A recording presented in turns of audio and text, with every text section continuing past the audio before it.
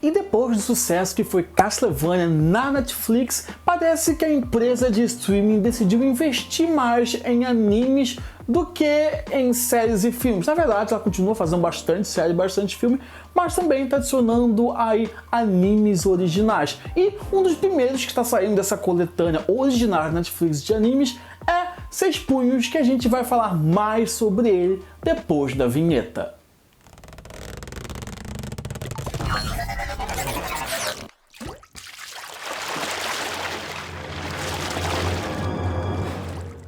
A série é uma animação original Netflix, eu não sei qual a nacionalidade dela porque ela é um pouco globalizada demais. Por exemplo, ela se passa nos anos 70 lá no México, em que três órfãos, Jesus, Silêncio e Isabela, são treinados por um mestre de artes marciais japonês. Então eu não sei aí se a série é original japonesa ou se é original mexicana, porque ele tá aí no meio desses dois mundos. Mas, no final de contas, os três personagens principais, né, o Jesus, a Isabela e o Silêncio, devem enfrentar os mais diversos perigos, desde cartéis de drogas até monstros criados por um sangue de uma santa profana. O anime de apenas 8 episódios, ele é bem curtinho, foi criado por Brad Grabber, que é um dos produtores de Castlevania, que é o pessoal aí que está encabeçando esse projeto de colocar mais animes na Netflix, então ótima sorte para eles, porque eu quero que cada vez mais tenha animes de qualidade na Netflix, até porque eu até fiz um outro vídeo por aqui no canal falando sobre como as animações muitas das vezes são pouco valorizadas em relação a filmes e séries, e elas têm às vezes capacidade muito melhor de demonstrar certas coisas. Então eu realmente quero que tenha mais animes e mais animações na Netflix que não seja voltada para crianças e sim para adultos, como é Castlevania e também agora Seis Punhos. Mas enfim, Brad Grabber, que foi um dos produtores de Castlevania, e também Álvaro Rodrigues, que não é nada mais, nada menos do que o roteirista de Machete, aquele filme que parece aí um pouco sem noção, mas é bem legal. E assim como seus trabalhos anteriores, o Seis Punhos, ele é uma série, um anime, né, que traz uma mistura enorme. Apesar da miscelância de elementos, tem santa, tem cartéis de droga,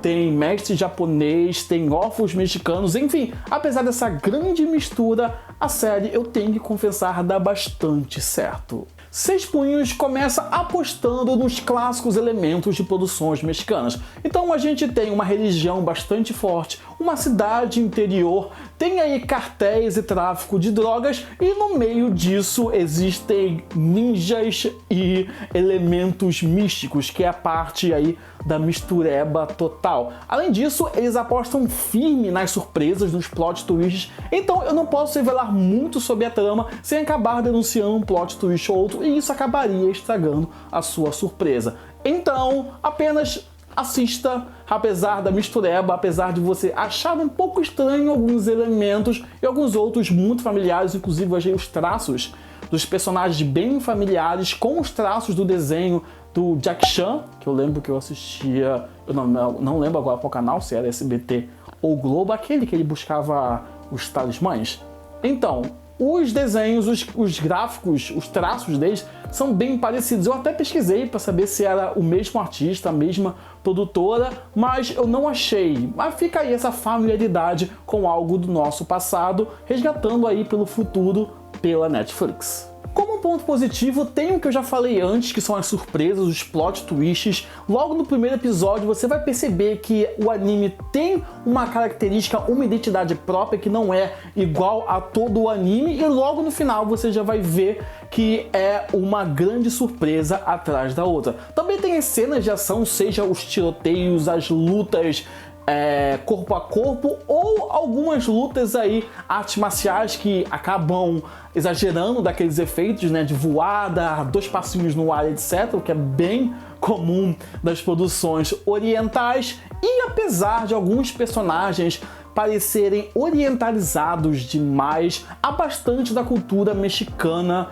dentro da série. Afinal, se passa no México, então se não tivesse nada mexicano, estaria um grande erro. Mas eu gostei de ver mais sobre uma cultura mexicana dentro de um anime que seria algo de outra nacionalidade. Então essa globalização, essa mistura de nacionalidade dentro da série foi bem legal.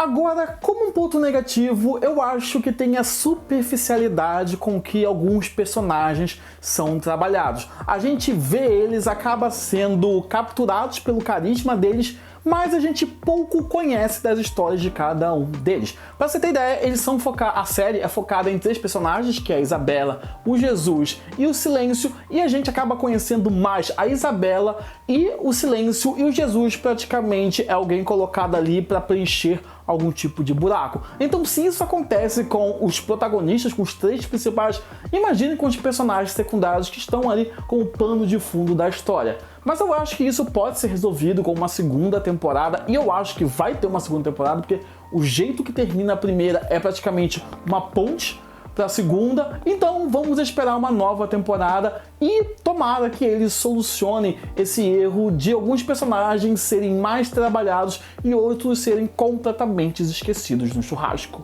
ou no rodízio de sushi, tanto faz. Mas no final de contas, 6 punhos vale a pena? Sim, vale muito a pena, porque é um anime muito divertido, bastante, eu devo dizer, violento como ponto positivo. Eu não sei, mas não é um anime infantil, ele é voltado para o público adulto.